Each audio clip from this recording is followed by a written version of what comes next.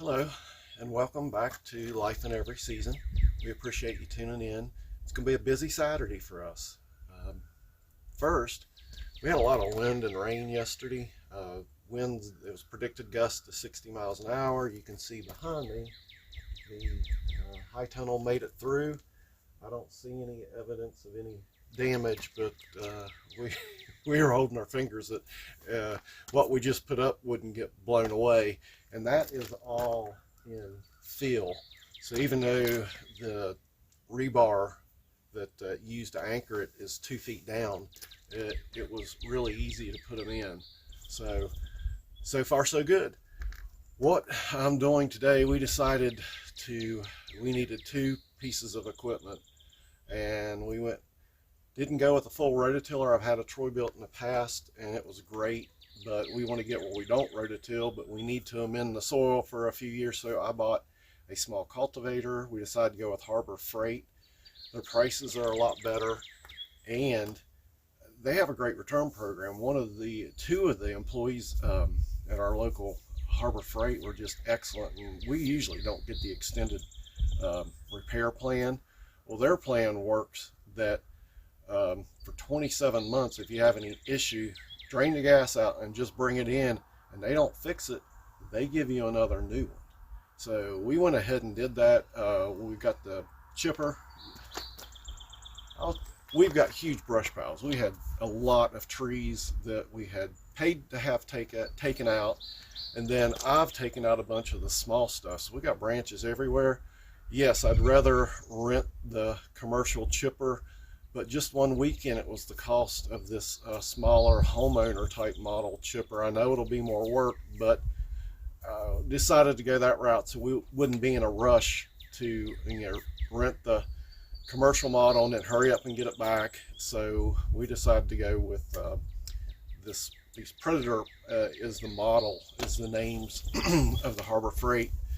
I'll show you the little cultivator. All right, so that is what that looks like. It's light. It's a 2-stroke motor, so gas oil mix, 43 cc's. The cultivator was pretty easy to put together. I went ahead and used some blue Loctite on what held the handles together, and then I went over the whole machine, even the nuts and bolts that came from the factory. I just put a wrench on them or an Allen key just to make sure everything's tight, because rototillers are bouncing around, a lot of vibration. But I'll put this on time lapse and we'll put together, there's not much to put together on the chipper, but I'm sure it'll take me way too long.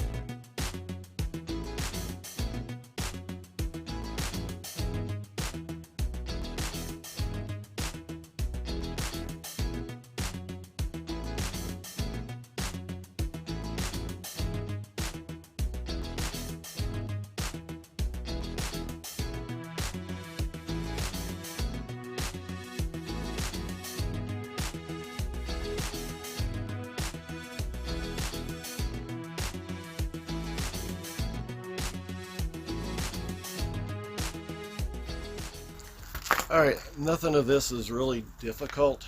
The most difficult thing is, and I set them down, you saw me wearing readers. The instructions leave a little to be desired, but usually in the back of any owner's manual, there is a list of the components and a schematic of how it goes together. And sometimes looking at this, because it has detailed list of each item, and you can see how it's put together, because this is a parts replacement. things that are already assembled are shown here. So that's a good place when you're putting something together. Reference that.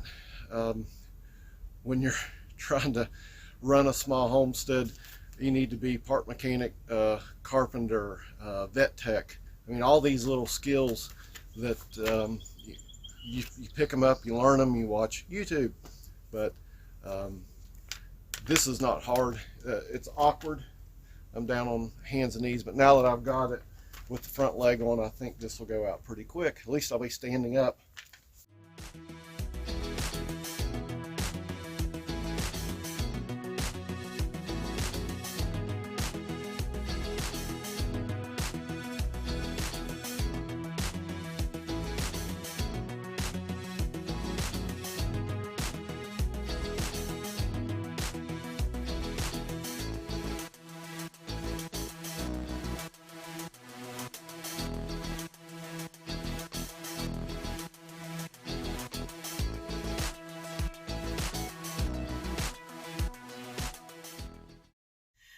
Good morning and welcome back to Life in Every Season. Hope you're having a great weekend.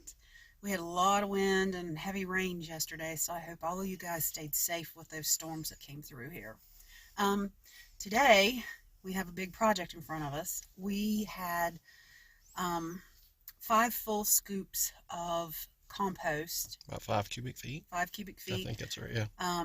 Delivered this morning, and unfortunately, because our driveway is fairly steep and it's gravel, and the type of truck they brought to deliver it, they couldn't bring it up to the house, so they had to leave it at my neighbor's house at the foot of the hill. So we're going down. We get to show them where the dirt came from, yeah, to fill in where the dirt came, where we got the high tunnel. Yeah, so we're going to go down and make as many truckload trips as we need to move the compost up here where we're going to need it. So yeah, we're going to be busy today and really tired at the end of it, but it'll be a good day because now I have my compost. Here we go. I don't know if you probably don't get an indication. Our driveway is steep for about 20 yards. Yeah, it is. I mean, in the winter, any type of snow, we've got to do need the all-wheel drive to get up and down. That doesn't look too bad compared to other piles that I've seen. No, that's not going to fit in the back of the ridgeline in one filling. But there's the hillside. As you can see, well, hold on, let me get this way. That's where they were clearing out the hillside this past summer so that our neighbor is getting ready to build a garage, and that's where all the fill dirt came for when we got rid of the pond. Okay, we're gonna get out here in a minute and get started working.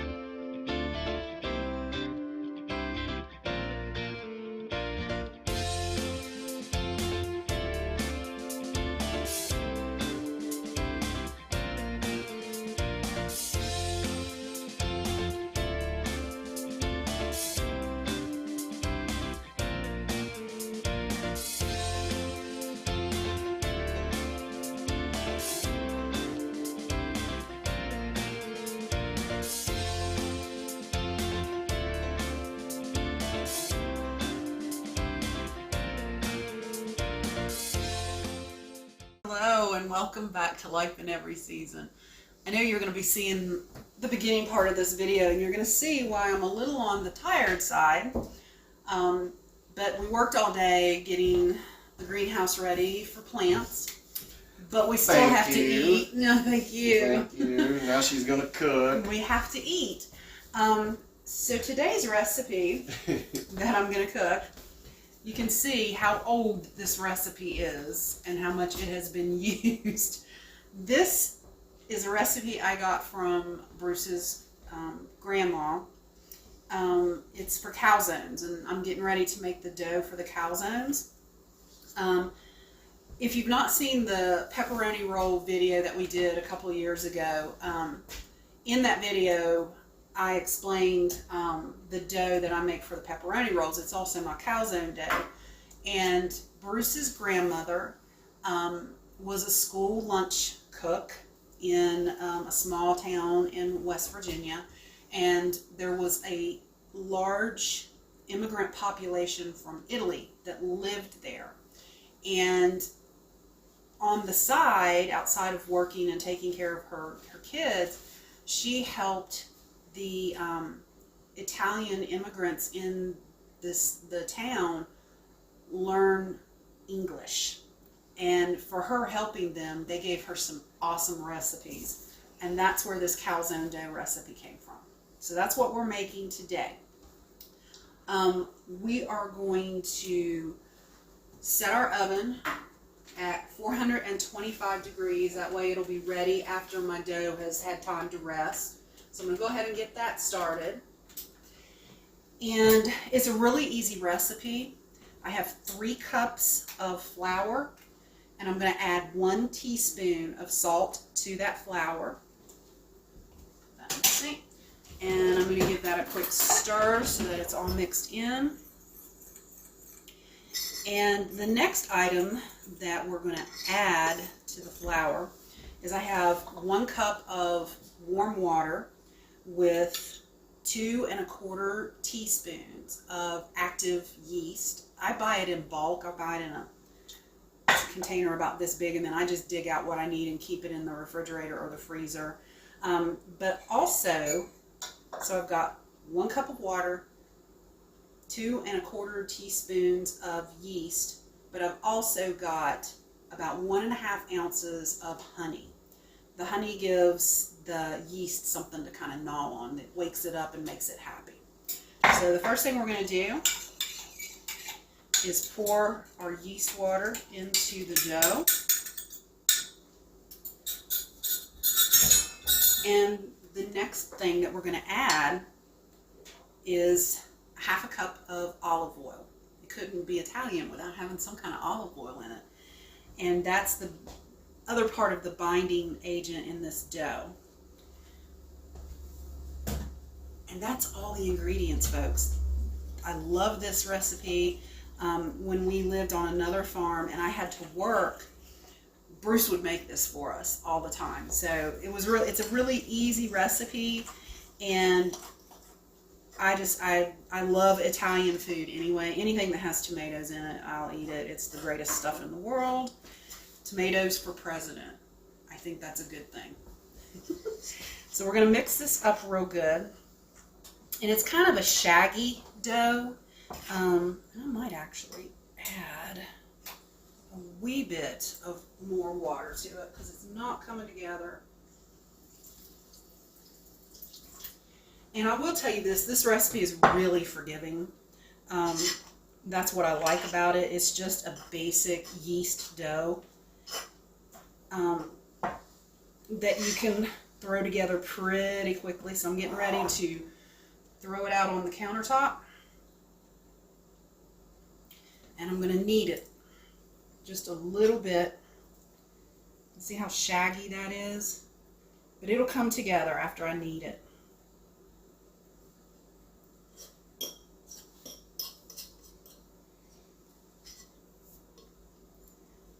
There we go.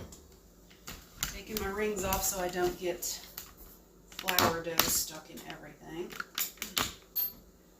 We're just going to knead this and get it into a nice ball, nice dough ball. and after we get it kneaded really well, it needs to rest for an hour. So I've got another bowl that's coated with olive oil to let this rest in. And then in about an hour, I'm going to make little circles of dough, fill it with pepperoni, mozzarella, and I've never tried this brand, but I see it a lot in the store. So it's the pizza sauce from Pommy. I like their tomato products and other things, so hopefully it'll be just as good as the rest of their stuff. But that's what we're having for dinner tonight after working so hard.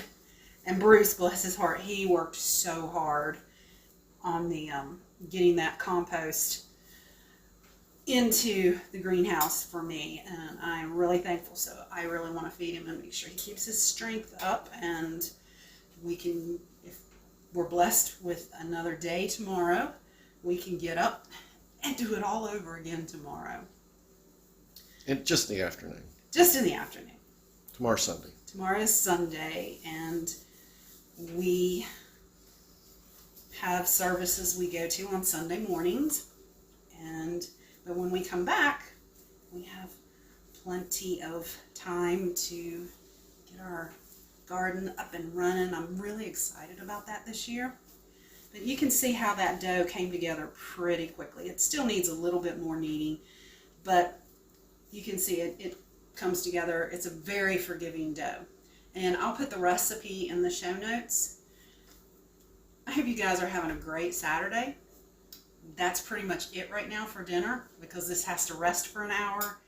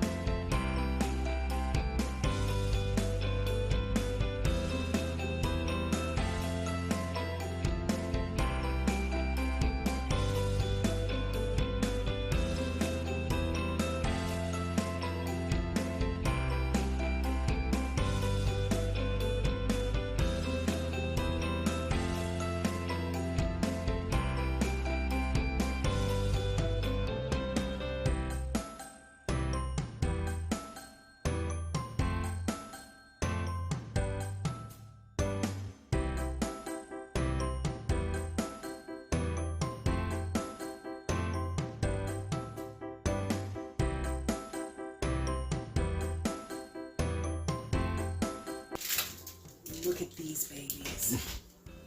30 minutes is what it took, and if you can hear this, you can hear that sound, it's done. And we're gonna actually sit down at 8 o'clock tonight and have dinner. Yes, I've had a shower. We had to get cleaned up after shoveling poop all day.